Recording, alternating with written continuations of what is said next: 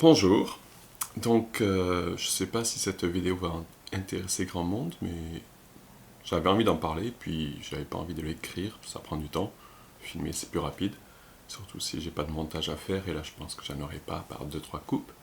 Donc voilà, je viens de finir L'Anomalie de Hervé Le Tellier.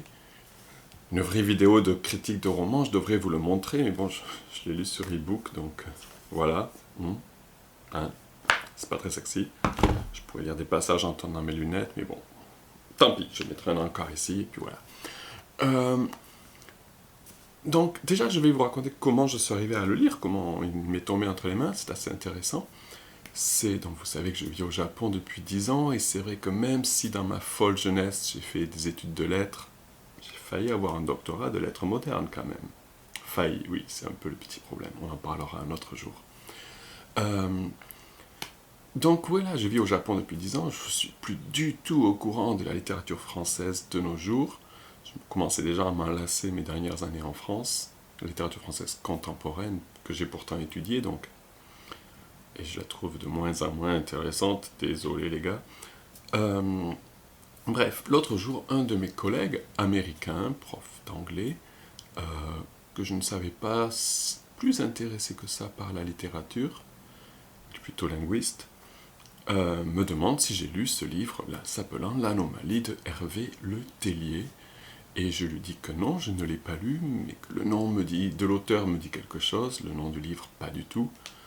Et on a discuté un petit peu, très peu, donc vu que je ne savais pas de quoi il était question. Et comme je venais de finir mon livre précédent, je me suis dit pourquoi ne pas le lire, ça fait un petit moment que je n'ai pas lu en français. Et donc voilà, je viens de le finir il y a quelques minutes. Et je sais, c'est quand même bizarre ce livre. Ce qui est bizarre, c'est qu'il a eu le prix Goncourt plutôt. Euh, il n'est pas très bon, hein. Il n'est pas nul. Il est médiocre. Pourquoi Bon, je veux pas vous le spoiler, puis en même temps, c'est un des gros problèmes du livre, c'est qu'il se passe pas grand-chose, mais il se passe un gros truc. Au mois de mars, un avion Paris-New York atterrit à New York, et puis c'est tout. Et au mois de juin, le même avion atterrit à New York. Mais là, c'est un petit peu plus problématique, avec à son bord les mêmes gens. Et c'est un peu la base, donc, du roman. Mais c'est tout. On nous parle des gens, la version originale, de la copie, ils vont se rencontrer, et c'est tout, le livre ne va pas plus loin. Il se passe absolument rien.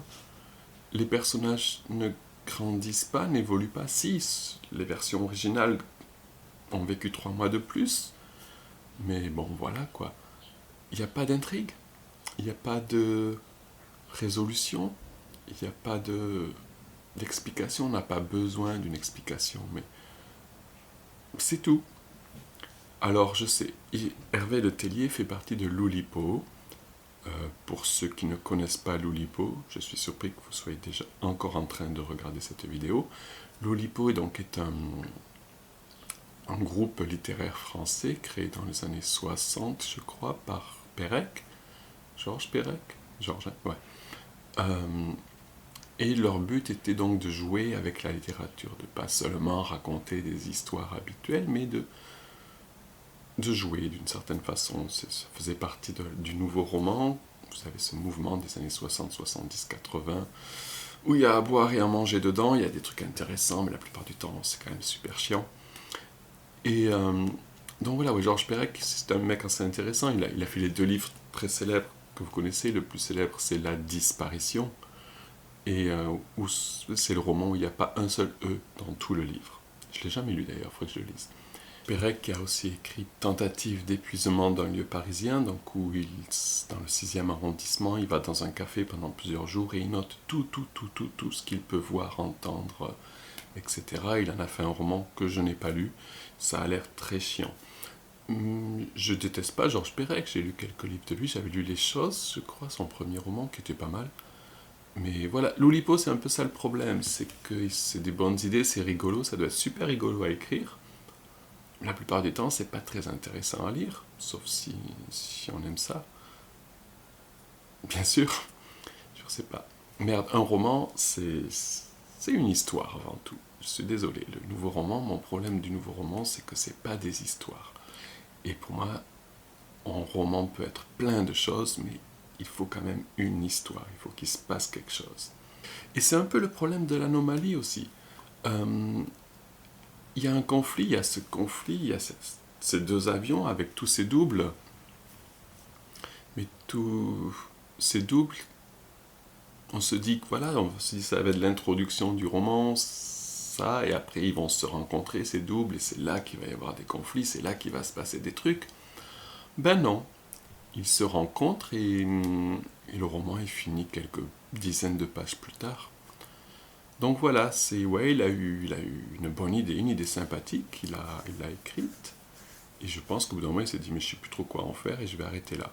Bon, le truc intéressant, mais là aussi qui n'est pas vraiment réussi je pense, c'est que pour chaque personnage, donc il se focalise sur une dizaine, une quinzaine de passagers de l'avion, et pour chaque personnage il essaye d'écrire dans un style différent. Ça j'aime beaucoup cette idée-là, mais c'est pas flagrant non plus. Je l'ai remarqué parce qu'il y avait des chapitres que je trouvais très très bien écrits et d'autres chapitres que j'aurais pu écrire dans un mauvais jour. Et je suis pas un très bon écrivain, je pense. Donc voilà, un livre bizarre, pas nul, pas génial. Mais donc, l'anomalie, le mystère, c'est comment ce livre a-t-il eu le prix Goncourt? Je sais pas, j'ai pas du tout suivi ce qui s'est passé donc, en 2020.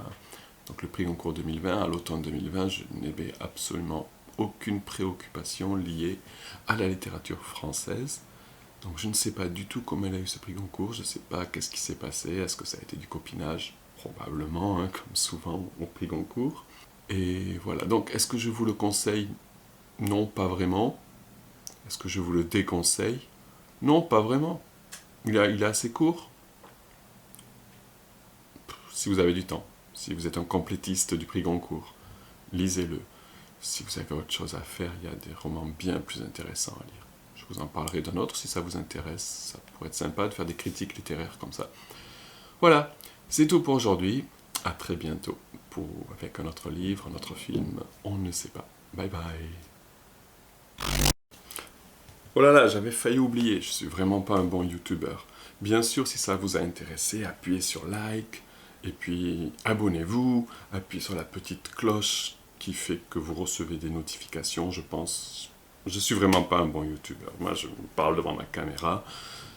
Je fais déjà du SEO pour mes blogs, tout ça. Pour YouTube, je veux pas m'emmerder. Donc, emmerdez-vous vous-même, ok? Faites tout ce qu'il faut faire. Voilà, bye bye, pour de bon.